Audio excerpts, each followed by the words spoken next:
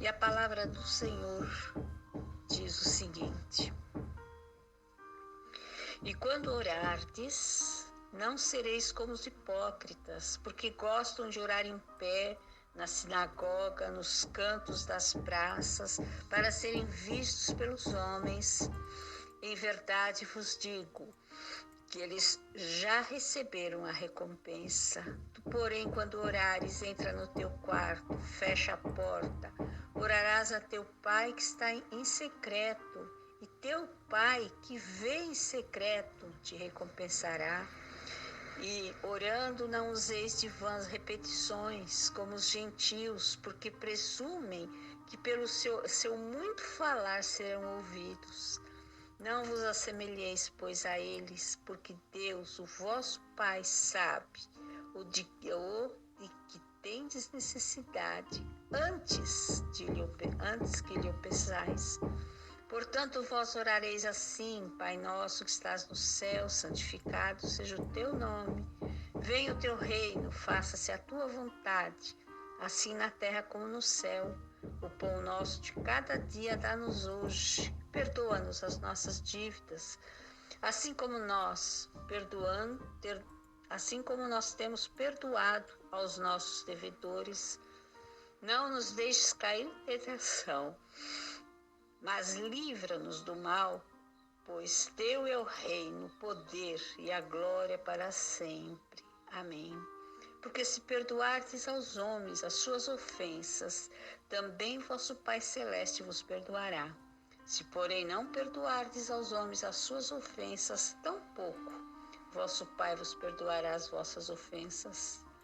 Quando jejuardes, aqui já nós não vamos falar sobre jejum, nós estaremos falando só sobre a oração. Amém. Louvado seja o nome do Senhor. Irmãs, na semana passada falamos sobre como os cristãos, vivendo num mundo tão perturbado, precisamos de 2 tipos de oração em nossas vidas. Precisamos das orações rápidas e precisamos também ficar quietos em oração, sozinhos com Deus, em adoração e intercessão. Quanto tempo passamos em oração diariamente a sós com Deus, adorando, intercedendo? É sobre isso que vamos falar. O primeiro degrau para esse tipo de oração, nós precisamos, primeira coisa, arranjar tempo. Para orar, nunca nós vamos acordar de manhã e dizer: ai, que bom, hoje tenho tempo para orar. Pelo menos comigo nunca aconteceu. São tantas as atividades da nossa vida que realmente não sobra tempo algum para orar. O problema é que estamos procurando sobras de tempo para dar ao Senhor. Na verdade, perguntamos a nós mesmos: qual o mínimo que posso separar para a minha vida de oração? Quanto, na verdade, deveríamos dizer qual o máximo que posso dar a Deus em oração. O que acontece realmente é que sempre conseguimos tempo para fazer tudo aquilo que nos interessa. Temos o tempo de ler, tempo de praticar esporte, e no celular falando, pesquisando, ouvindo mensagens, documentários, noticiários e muitas outras coisas que gastamos o nosso tempo. Eu aprendi que um dos pecados que cometemos contra nós mesmos e contra aqueles que nos rodeiam é o pecado de não orar. Eu não havia pensado nisso. Foi quando eu li que o não orar é pecado, ou estaremos pecando. Porque uma vida sem oração está privada de todo o poder que Deus quer nos dar. Você pode perguntar: o que posso fazer para que a oração seja parte integrante da minha vida? Peça a Deus que crie dentro de você fome e sede de estar com Ele em oração. E o Senhor te atenderá.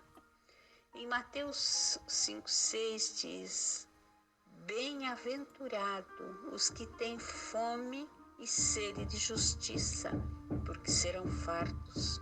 Sabe qual a palavra predileta do diabo? Amanhã. Ele impede que oremos hoje. Aí ele diz: amanhã amanhã você ora, você vai ter mais tempo amanhã. Esse é um dos principais trabalhos dele, impedir que os cristãos se ajoelhem para orar. Por isso precisamos arranjar tempo.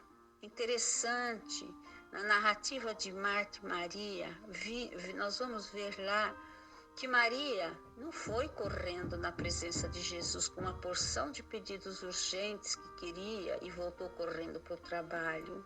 Não, ela arranjou tempo, sentou-se aos pés de Jesus. Há muito tempo atrás, ouvi um testemunho de um estudante de 19 anos. Ele vivia em uma pequena vila fora da cidade com sua família, seu pai. Era um brahmano hindu, a mais alta casta indiana dos hindus. Esse moço levantava todas as manhãs, às 4h30, e corria descalço por uma estrada estreita de uns 4 quilômetros até a vila mais próxima. Ele ia no templo hindu orar. Quando lá ele chegava, antes de entrar, ele precisava tomar um banho no rio de água muito fria que passava pelo templo. E depois de ter rezado, fazia todo o caminho de volta por aquelas montanhas úmidas e frias. Há tempo de tomar uma xícara de café e começar seu dia de trabalho. Aí pensamos, ele fazia todo este sacrifício para adorar um ídolo que não vê, não escuta e não podia fazer nada por ele. E nós muitas vezes achamos difícil levantar da cama quente para dobrar os joelhos em um tapete macio. Porque hoje em dia vemos cristãos fracos, porque ignoramos a única fonte de força e poder. Esse que é o grande problema nosso, né, minhas amadas irmãs? Nós sempre estamos cansadas, e de fato estamos mesmo. Vivemos dias difíceis na Terra. Vivemos dias de muito trabalho, vivemos dias de muita opressão e muita pressão também. Porque o inimigo, ele tem trabalhado muito para impedir a igreja do Senhor Jesus Cristo de buscar a face do Senhor. Ele faz de tudo para a gente não orar. Ele faz de tudo. E eu falo, irmãs, porque eu vivi tudo isso. Quantas vezes quando as crianças eram pequenas, não, hoje eu vou tirar, vou pegar à tarde, vou orar de tarde. Aí quando chegava a tarde, era uma coisa, era uma outra coisa, e que jeito, não deu para orar, não deu. Aí eu falava, bom, deixa para amanhã eu vou. Aí eu decidi, falei, não, isso não está dando certo assim. Eu vou levantar de manhã, a primeira coisa que eu vou fazer de manhã vai ser orar e vai ser buscar o Senhor, vai ser a primeira coisa. E foi o que eu comecei a fazer. A primeira coisa de manhã, quando o marido ia trabalhar, aí depois eu já ficava em oração. Aí ou então antes até, eu acordava mais cedo, 15 minutos mais cedo, só para orar. Irmãs, e é onde que a gente vai ter vitória, minhas irmãs, através da oração. A gente sabe que precisa orar, a gente sabe que a gente precisa orar. E a gente sabe que a nossa força vem através da oração. Mas é exatamente isso que o inimigo faz. Ele tira esse tempo nosso de orar, porque ele sabe que a nossa vitória vem através da oração. Então a primeira coisa que temos que fazer é arranjar tempo. Que isso não é fácil, viu, irmãs? Não é fácil, não. Porque tem dia que você está com tanto serviço que você fala, como que eu vou hoje separar? Como? Martinho Lutero que diz, ele dizia, hoje eu tenho muito trabalho, por isso eu tenho que ficar mais tempo em oração. É assim que nós somos, irmãs, precisamos estar mais tempo na presença do Senhor, porque o serviço vai render, com certeza o serviço vai render, e a gente vai ter força, e até o final do dia a gente vai estar em condição de ficar bem e de ficar de pé. Porque quando a gente não ora, a gente não consegue nem ficar em pé no final do dia. Essa aqui é a grande verdade. Agora tem o segundo passo para uma oração de adoração. O primeiro você acha tempo. O segundo é um lugar sossegado. É importantíssimo você ter um lugar. É um lugar em que você escolhe para falar com Deus. Neste segundo degrau da escada, do aprendizado, da oração, vemos Jesus em Mateus 6,6. Para Jesus era tão importante um lugar adequado para a oração que ele recomendou. Tu, porém, quando orares, entra no teu quarto, fechada a porta, orarás a teu Pai que está em secreto, e teu Pai que vem em secreto te recompensará. Se você tem criança, quando for orar, deixa a porta aberta do quarto, para elas estarem vendo que a mamãe está orando. Você liga a televisão e um programa interessante ou alguma outra coisa que você sabe que as crianças gostam de fazer para elas ficarem entretidas, e você vai orar. Não precisa ser aquelas orações extensas, não. Alguns instantes que ficarmos na presença do Senhor, mas aqueles momentos de consagração ali, na presença do Senhor, a gente já vai sair, vai levantar renovada dos nossos joelhos, com toda certeza. É somente um tempinho que você separa para ser de grande valia para a sua vida e da família. Procure ter à mão um caderno, um bloquinho para anotar versos bíblicos que falou ao teu coração diante da tua necessidade daquele momento. Até quem diz, né? Você tem uma página assim do bloco para você anotar o nome do teu marido, as necessidades dele, o nome de cada filho, as suas necessidades. Também por quem você estará orando, também você põe lá os familiares, aqueles por quem você está intercedendo. É interessante. Procure orar em voz suave, não só com a mente, mas em voz suave, porque você vai estar orando assim, você não vai se distrair, porque o próximo passo que nós vamos deixar até para ver na semana que vem, porque algumas irmãs me disseram, eu não canso, eu gosto de ouvir e parece que o tempo passa tão rápido. E há quem disse que não quer muito o estudo muito longo.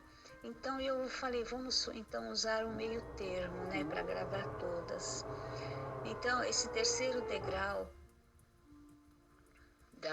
desses momentos de oração e de adoração é a oração de proteção, porque nós precisamos dessa oração de proteção. É a oração em que nós vamos estar pedindo para o Senhor nos guardar a nossa mente, guardar o nosso, porque nós vamos, na hora que dobrar o joelho, nós vamos subir uma preocupação tão grande, vai subir uma preocupação por cada coisa que não tem sentido. É como aquela ideia, sabe? Uma coisa importantíssima que você tem que fazer. E na hora que você estiver orando, aquilo vai vir na tua cabeça e aquilo nem era tão importante assim. Então nós vamos estar estudando exatamente sobre oração de proteção, porque os degraus para uma oração, para nós orarmos realmente, para nossa alma ficar lavada, são 9 passos. Então hoje nós vimos 2 passos, os outros eu creio que os outros serão um pouco mais rápido, então a gente talvez conclua na próxima semana. Então vamos estar assim, sabe, na presença do Senhor, buscando o Senhor e nos santificando, porque o Senhor é o Deus Todo-Poderoso nas nossas vidas. Eu até poderia falar um pouquinho mais sobre oração de proteção e depois deixar para a semana que vem o quarto degrau, que é meditação e adoração. Então eu vou falar mais um pouquinho, porque ainda tem alguns minutinhos. Então faça a oração de proteção, para que a preocupação com os afazeres do dia não te perturbe enquanto estiver orando. Porque se o inimigo não conseguiu com o plano A deixar para amanhã, ele vai partir para o plano B. Ele vai fazer o possível para te distrair com alguma situação.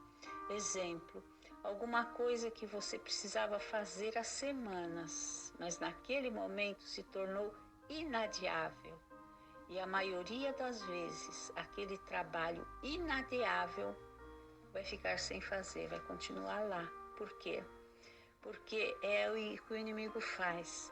Sabe, é uma situação interessante, aconteceu comigo.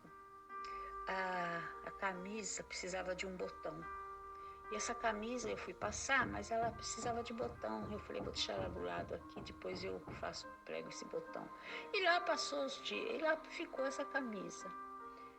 A hora que eu estava orando, nossa, mas veio assim de uma forma a necessidade de eu pregar aquele botão, que eu levantei, porque aquilo parecia que era para ontem, aquele botão. A camisa já estava lá, parada, esperando o dia chegar.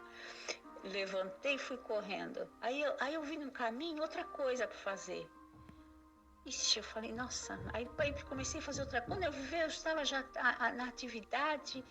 Me pergunta se eu pus o botão na camisa. Não preguei o botão. Aí eu falei, Satanás, é o plano B, que ele usa o plano B. Ele vai pôr no caminho da gente outra coisa, vai pôr na nossa mente preocupação com alguma situação. Então, por isso nós temos que estar orando com uma voz, não precisa ser uma voz alta para todo mundo escutar, mas uma voz suave, mansa. Para quê? Para que a mente fique